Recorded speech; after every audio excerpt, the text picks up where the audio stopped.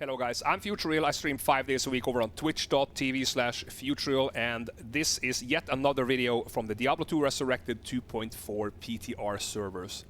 We have arrived at the last class we are testing, and it is the Barb, and we are going to test the traditional Warcry Barb, which is a very underused character in Lord of Destruction, and it has had some buffs. We have built a really cool Warcry Barb, and we're going to test that out and see how it is. And we have also built a throw barb, something that has almost never been used traditionally in LOD, but we have built one, and we're going to see how it performs. Now, I want to mention, as I did in every other video, that this is not necessarily about trying to create a build that is going to work at all cost. Like, for instance, for the barb, he is mainly a magic finding character. He's really, really good at magic finding because of the find item. So if we can't make this build kind of close to the other alternatives, a lot of people won't play it. And I think it's important for the testing of these builds that the builds become closer to the already existing builds, so that it is an actual alternative for people to play. They can have fun, and they can also be efficient with it. If you have to trade off fun for absolutely garbage, not a lot of people are going to play the build. So that's what we're doing. I hope you're going to enjoy the video, and if you do, leave a like and a subscribe, and also write me a comment with what you want to see in the next video. Until then, take care, and I will see you soon. So here we are with the last of the 7 characters. It is the Barb, and the first of 2 builds that we are going to try is the Warcry Barb. The Warcry Barb traditionally is a extremely thirsty build. Extremely thirsty. Which is why you are almost forced to play Insight. I don't see any other way you can possibly make this character work without Insight. Particularly when you also consider mana burn being a thing. So we are going to go with the Insight and these Fortitude combination. Don't worry about the base. The base is wrong. Don't play a Thresher with 35 attack speed. Play Cryptic Axe. Don't be one of those guys. On to the gear. So the gear is quite interesting, and I'm going to show you why. If you take a look at my Magic Find here, it's almost 700 Magic Find. So in my mind, this is a player's 1 Magic Find build. The iteration that you see in front of you right now. We are going to try a max damage build as well. We have, you know, double Hodo and all that stuff laying around. So we're going to try that later. But for now, this is a P1 Magic Find build, and we have almost 700 Magic Find. And we are running the 105 FCR breakpoint. So the gear choices are as follows. We have a 6-isted Crystal Sword. There are no penalties as wearing a Crystal Sword when you're using Warcry. It does not work the same way as Berserk does. So don't be afraid to use a Crystal Sword to save that dexterity if you are playing a Warcry Barb. Other option is a Wizard Spike with an Istrun. Massive resistances and FCR. You can't really get anything better than that. Enigma mandatory 100%. 2 Barb with 5 FCR or more to get to that 105 FCR. Shaco, Mage Fist, 10 FCR ring with Magic Find, Arachnid's Mesh, SOJ for the increased mana pool. I think this ring is also pretty much mandatory. And we have chosen to go with War Travs. Now, if you don't have, you know, I have a really high level. I have some more stat points than you probably will have on your character. Now, if you do have problems with mana on this character, you can consider Silk Weaves. You will drop some Magic Find, absolutely. But Silk Weaves here will give you some nice mana per kill, and that's going to help you a lot. Inventory is full of 7 Magic Find Small Charms, Torch Annie, and a Geeds. Before we look at the talent points, I will show you what we have on swap. So, on the main hand, as you can see here, we are running 105 FCR on the main hand, which is the Warcry. So we can also use the main hand to teleport, which means that we can use the offhand to buff with the Call to Arms. Now you can ask, why don't you just use Warcries? Well, Warcry Spears will be +3. This is going to be +4. So you see here, each of these have 1 to all skills. and they also have +3 to battle orders. Only +3 to battle orders is gonna work for a barb. You will not benefit from the full 6. That's very important. You see here, this is a Berserker Axe, and that is not accidental. Some of the things that you're going to come across with this build is physical immunes, and you have no chance of dealing with physical immunes because you're playing with Insight. Now, that's why, if you want to play this build, it's very, very smart to build a call to arms in a Berserker Axe. You see it has solid damage, it has over 270 ED, and it has attack speed. When you then combine this with the 1 point we have put in Berserk, now you can kill physical immunes, for instance in the pits. So that little trick there with the call to arms Berserker Axe and the Berserk skill point is going to help you kill immune to physicals, which you could not kill otherwise. The rest of the build is fairly straightforward. You go 17 base points in Find Item. You put 1 point in Axe Mastery for the Berserker Axe CTA, so that you do get more attack rating. That's quite important. 1 point in the passives. You don't need any other weapon mastery. 1 point is enough. And in Warcries, you would max Warcry, max Battlecry, max Taunt, and then you put the rest of the points in Howl. Because I have a really, really high level, I can actually max all of them. But you would max Howl last on this build.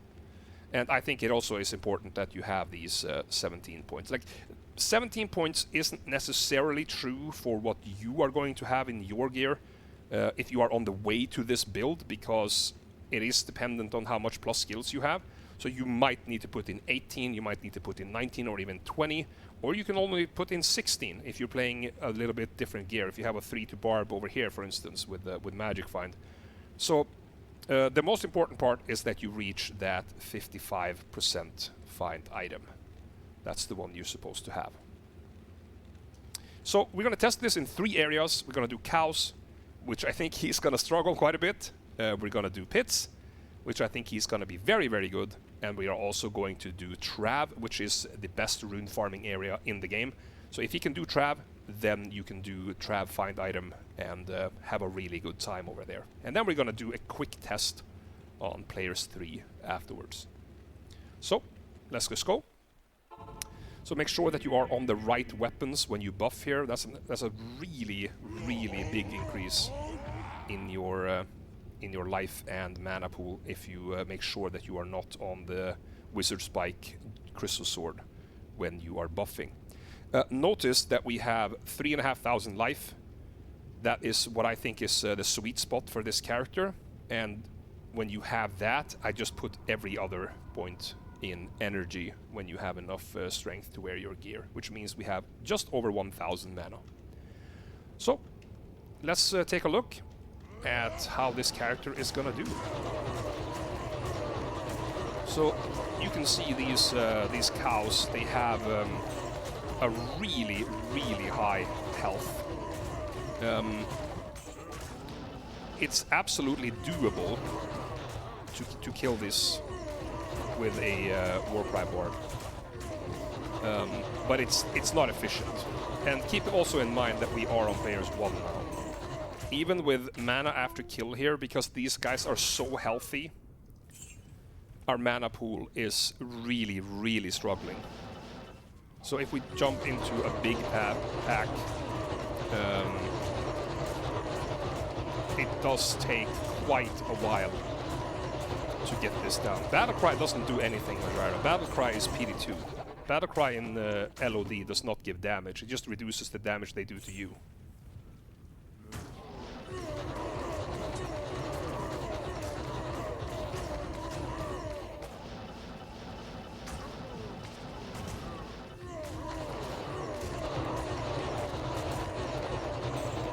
So whilst you can see this is absolutely doable,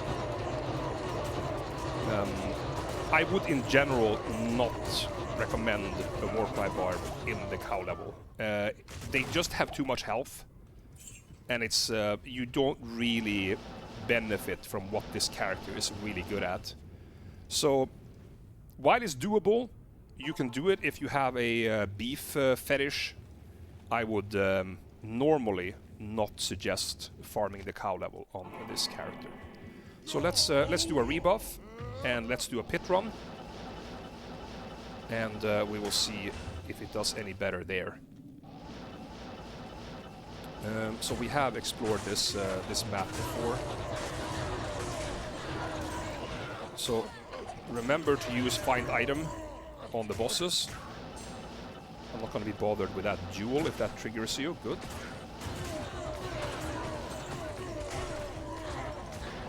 So we only want to kill the elites, these minion packs, and then we want to cast find item on that thing right there, and we want to move on. Wait, there was more down there. Sorry about that.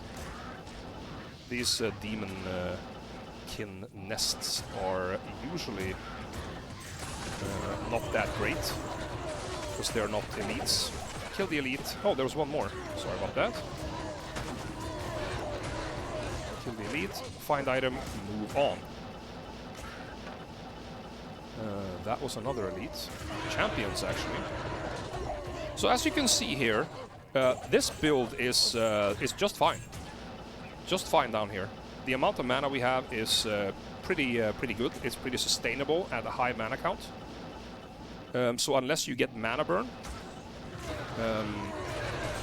the pits is a very, very desirable area to farm with this character. The ghostly is a little bit annoying, of course, because he has very high health.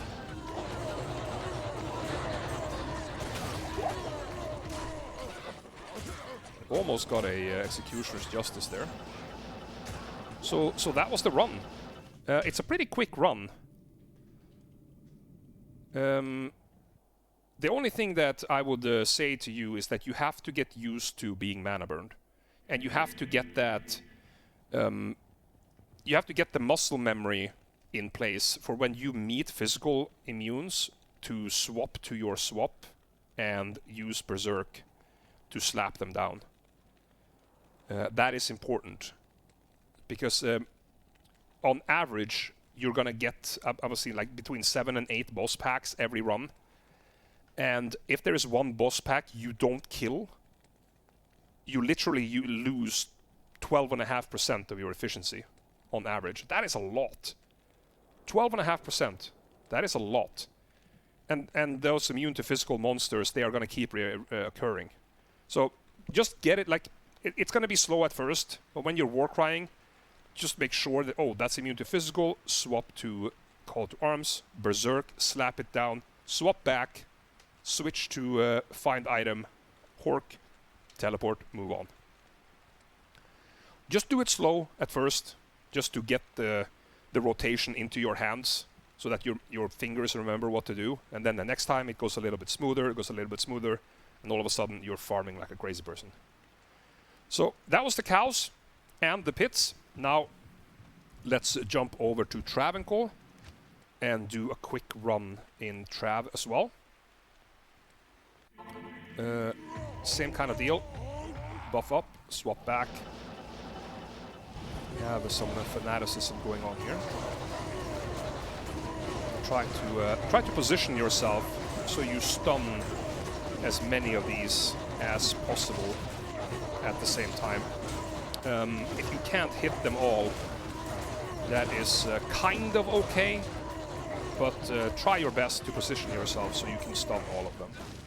So that wasn't too bad. It's not as good as a Whirlwind Barb, but it still is a Barb with find item, right? So it's still a pretty solid area to farm.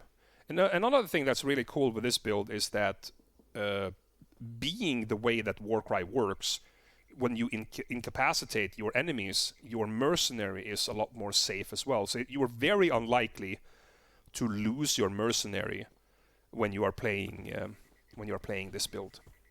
So we are going to rebuild this character a little bit. We're going to put on him a maximum damage build with double Hodo, skillers, the whole shebang. So I'm going to be back in just a snap of your fingers, and we're going to have different gear. We're going to try the same areas with a focus on more damage instead of all that magic find. Okay, snap of your fingers is gone. We have we have rebuilt the character for max damage. We're running the same mercenary, Fort Andes and Insight for that mana regeneration. Absolutely mandatory. I cannot see any possible way you can play this without that meditation aura.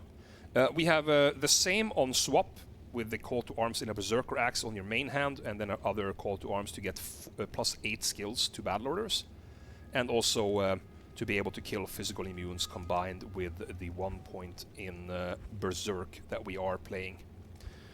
The rest of the build has now been changed to double Hodo. More plus skills. We have the same amulet. We have the Shaco Enigma. We don't need the FCR from Mage Fist, so we have put on 40 Magic Find here. I couldn't. I was considering trying to go for 200 FCR, but I don't have the gear for it. In that case, you would go with a 220 amulet, Mage Fist, and 2 FCR rings. But when you lose 50% increase on your mana pool from 2 SOJs, it's gonna get a little janky.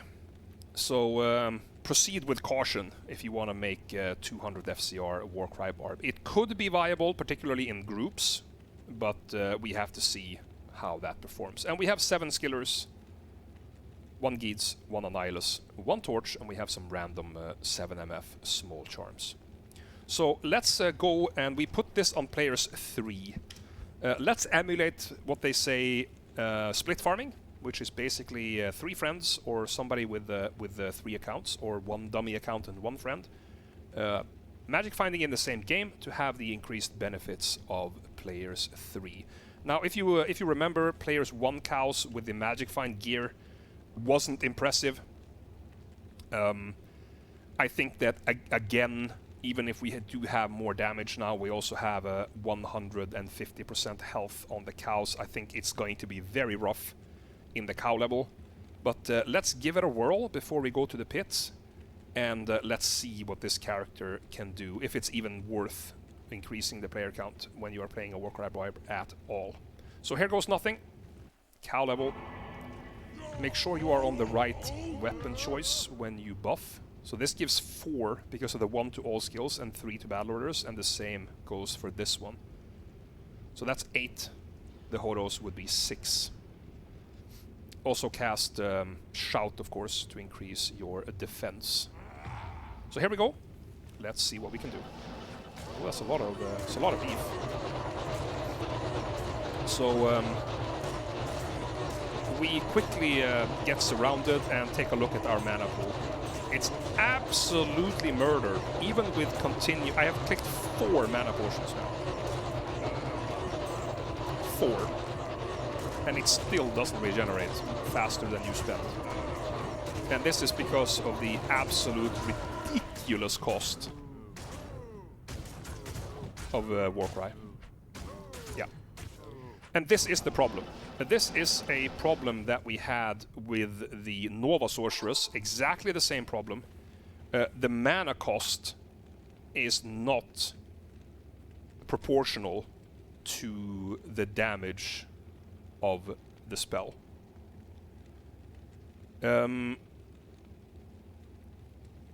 56 mana per usage. That is one thing. Like, we have Ardon in the chat here. He's saying that you can lower your health, get more mana. Yes, you can. You can swap out chance cards with Frostburns. The problem isn't just the mana.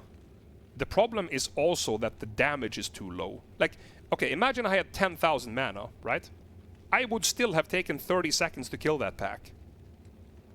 If my mana was full the entire time, I would still have taken 30 to 40 seconds to kill that pack that a Javazon kills with 2 lightning spears, or that a corpse explosion necromancer kills in 3 seconds. So it's just not strong enough. If you want to play a Warcry Barb, I mean, this is cows I'm talking about specifically, because cows have the highest health pool in the game. It's just not enough damage for it. So it doesn't matter. If I had endless mana there, I would still have taken 30-40 seconds to kill that pull. That other character's doing like 2.5 seconds.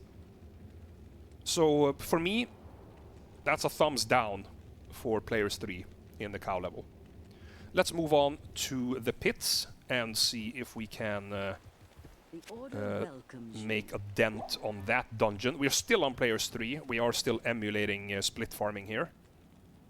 So let's just head over there and see what we can do.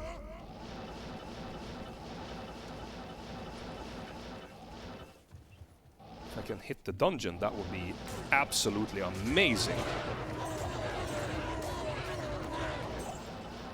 Okay, so we have an elite pack here, elite archers.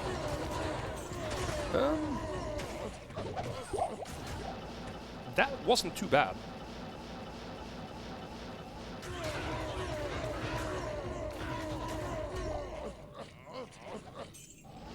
That was actually not too bad. I think I could potentially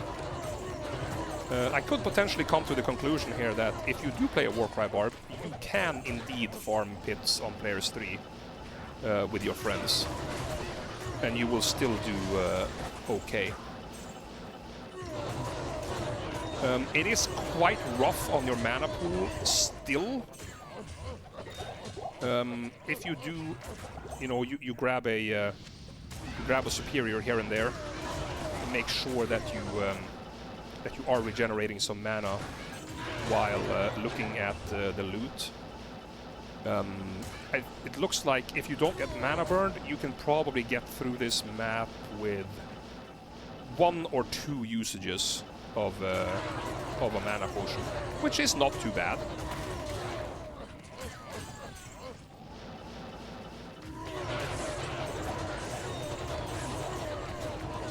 So you see our mana is going down, so then we use a potion while we are horking here, and then we can regenerate some mana while we are casting a find item. That's probably the way you want to do it.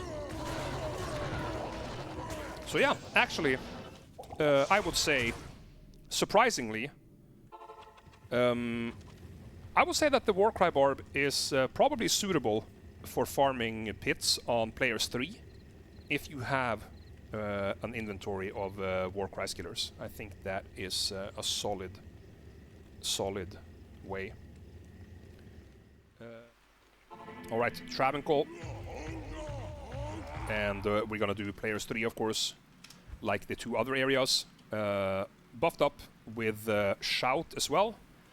And let's go. And see what we have. It's a little crazy with the Might Aura here. Yeah. And doesn't die fast enough for me here. Very scary with this Might Aura. You're not gonna get Might Aura every time, of course, but I feel like it's good when we get some of these really bad combinations when we do these tests. Because then you can see what you potentially will run into. And, you know, I'm not gonna say that that was bad. I don't think that was bad. I am overburdened. But it wasn't as fast as Whirlwind Barb. But that was it was solid. It was solid, even though probably not ideal. But I think that's going to be it for the Warcry Barb. I'm fairly sure that this character can do many of the new areas as well.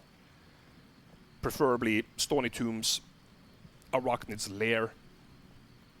You can do pits, you can do... well, you could potentially do cows, but I would not recommend it.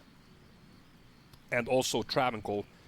Travincal with the Magic Find build on players 1 was fine. Travincal with the damage build on players 3 was fine. And I feel like this build is in a much better state than it was pre 2.4 patch. And for those who like to play these builds, absolutely check out the Warcry Barb. It was actually quite nice, particularly in the pits.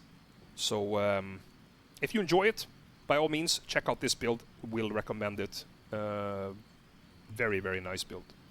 So now it's time to check the Throw Barb. Alright guys, we have built the final of the changed builds for any of the characters from the 2.4 PTR. It is the Barb's Throw Barb. This build has been quite the meme over the years. It has almost never been played.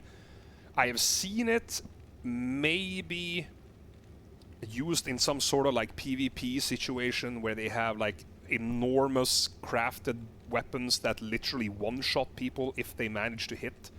But from a farming point of view, I have never seen anyone play Throw Barb in Lord of Destruction or Diablo 2 Resurrected. That being said, we have built the strongest Throw Barb you can possibly have, in my opinion at least. We have the Andes Fortitude Might Mercenary with Pride for that concentration aura. We need all the damage that we can possibly get on this character. The gear is as follows. We have Wizard Spikes on swap because of Find Item and Teleport. So we have the 105 breakpoint with this Mana Leech Ores ring here. Pretty nice ring actually. If this had, if this also had attack rating, this ring would be absolutely broken. But that's cool. We digress from that. So we are playing Enigma for the Teleport, G-Phase with a 40 ED and 9 Strength Jewel. This is one of my coolest items that I had for my first Holy Grail. Absolutely 100% perfect 40 ED 9 Strength in a G-Phase. Very nice. High Lords, Laying of Hands, String of Ears, 15 DR, 8 Life Leech, Raven for the Cannot Be Frozen, and the Gores, of course, for the Open Wounds, Deadly Strike, and Crushing Blow. Max damage AR across the board here, some life, some strength dex. Same on the Grand Charms, max AR life across the board. And we have Torch Annie and Geeds.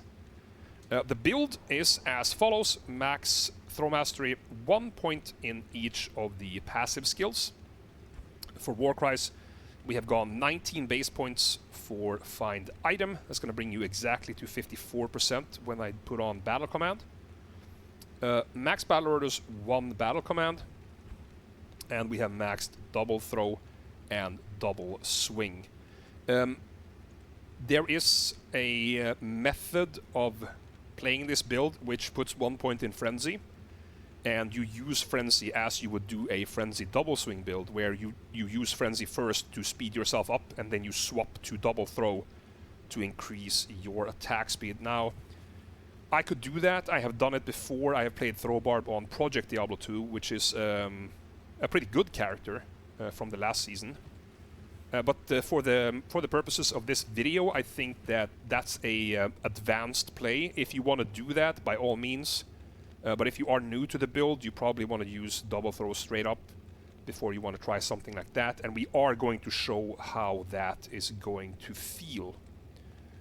The weapons on your main is an Ethereal Lacerator in my main hand for that amplified damage. And the off weapon is a Ethereal War Shrike. Very important that these items are replenish quantity so that you can benefit from these without the quantity running out. That is going to be an issue. So I think it's fair to say that this is a extremely strong Throw Barb. Now, if the Throw Barb can even do anything, we don't know yet, but we are going to try. We're going to try the cows. We're going to try Travincal, and we are going to try Dclone. That's going to be reasonable. So let's check out cows and then see how it goes. Okay, let's jump into the cows and look at what this disaster could potentially be here. I'm nervous. I am nervous. I have to go carefully so I don't get surrounded. Hello! It's working!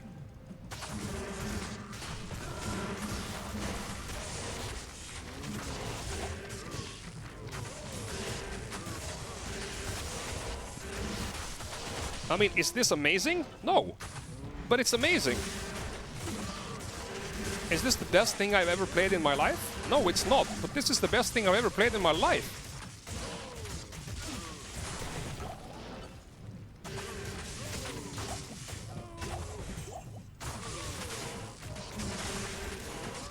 And I'm out of axes. Okay, good point. Okay, so let's talk a little bit about what just happened. Let me check the... Yeah, see here, we have used about half of our quantity. Take a look at that. We used half our quantity of throwing weapons to kill the first 3 pools.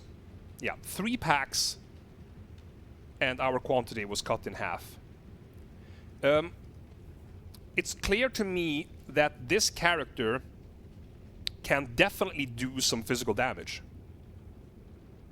From what I'm seeing here, I mean, these targets, these cows, they have a lot of health. They have a shit ton of health. It's the highest health units in the entire game when it comes to regular monsters. So this has pretty good damage, I'm not gonna lie. It could even possibly have higher damage, because I don't think we actually have Might Aura right now. I don't think my mercenary has activated his Might Aura. Let's actually put my mercenary on a target here, so that we can turn on the Might Aura for him. I think he can pretty much deal with this on his own. Well, let me just make sure that he activates his Might Aura. There we go. There we have Might Aura. So I think this character has pretty high damage, right? We can see it from how much damage we're doing to the cows, that we have really high damage on a burst, right? But we don't have the quantity in our weapons to sustain this damage, which means that this item, or this build, is straight transitioned into a very small and intense farm, right? For cows, for regular farming, like cows, like pits, like any other mass farming, you forget this character. Completely forget this character. Absolutely not what you want to do, because you are going to run out of quantity, and you can kind of get through it if you have multiple of these items, these weapons, so you can change the weapon after every run. If you are a throw barb maniac, and you want to play this build for any cost, you can do that, because the build actually does reasonably high damage. But that being said, I wouldn't farm cows with it. It's not worth it. I wouldn't farm any of those areas. In any case, you would have to farm an area that is small enough so that your quantity doesn't run out, and then when you get to town next time, you would switch your weapons with an extra pair that you have in your cube or in your stash, right? And then let it regenerate while you do the next run. So I think one of the first areas that could be good for that is Trav. It's a very small area. You just kill a few mobs. So let's quickly head over to Trav and see if this character can deal with Travincal in a reasonable way. I'm fairly sure that Crushing Blow works the same way as it does for bow, basically meaning half capacity compared to melee characters. But look at this! Look at this damage, guys. The damage is not bad in Travincal. Take a look at that. We shredded that.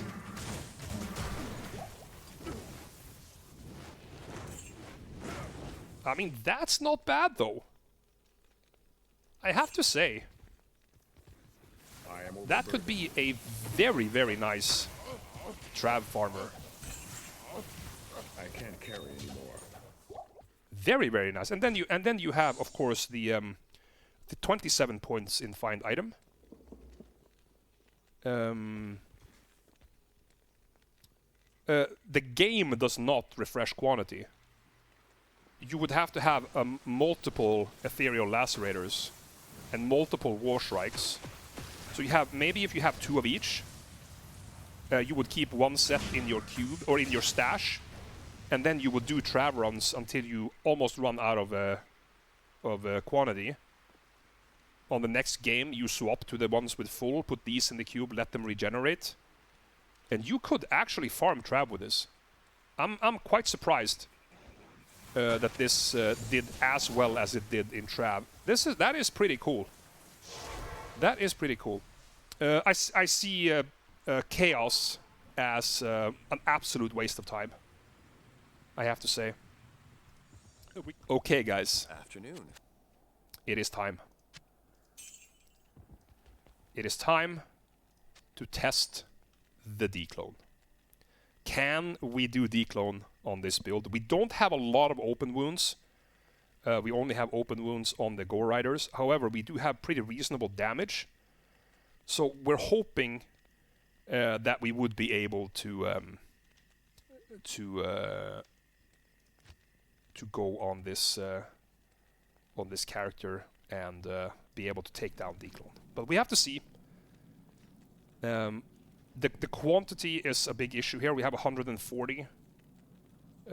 This is higher, so we have 140. We hope that we're not going to run out of quantity. If we do, we have to wait until the quantity is back up to full. But let's do it. Let's see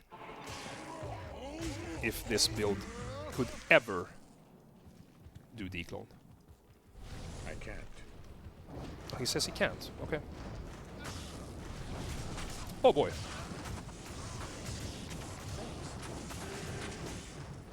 Oh boy, he can do Dclone. Oh snap.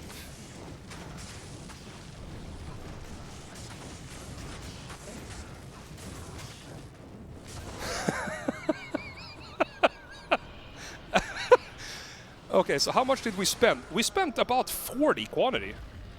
Wow. That's not too bad. That is not too bad. Guys, I think this build is actually playable.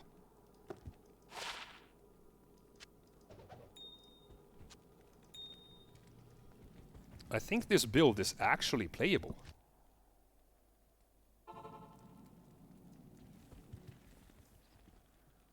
Of course, this is not nowhere near the Project Diablo 2 play, Barb. Of course, let's not create a illusion here.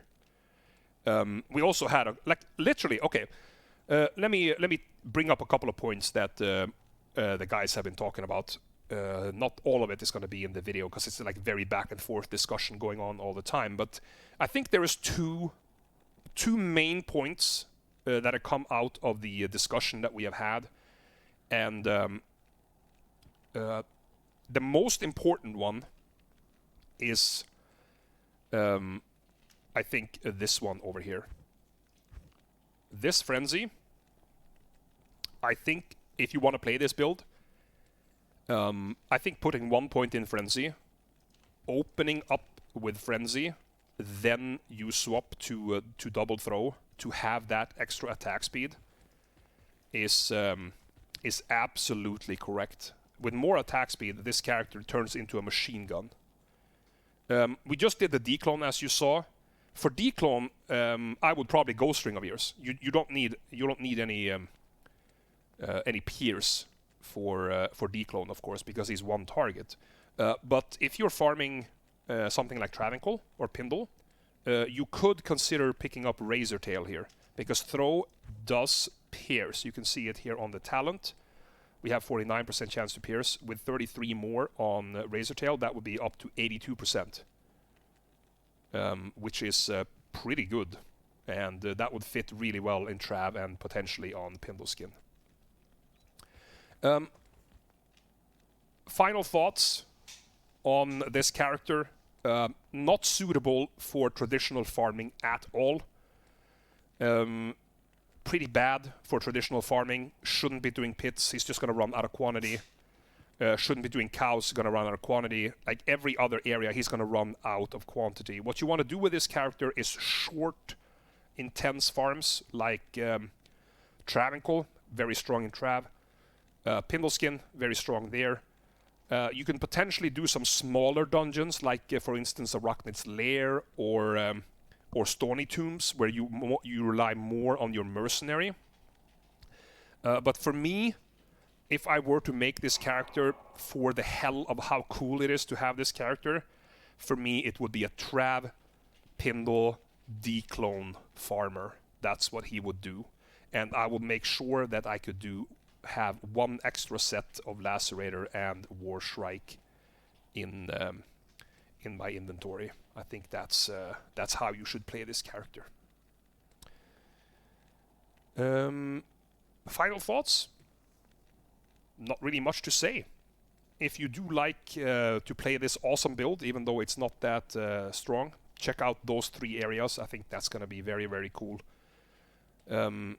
And that's going to be the last video from the 2.4 PTR servers. There might be an addition to the Druid video, because they are trying to fix Fury and Rabies that wasn't ready when we did the Druid video a couple of days ago. So be on the lookout for that. And until the next time, head up, guys. Check out the videos. Give me a like and subscribe. And I will see you soon on the next video.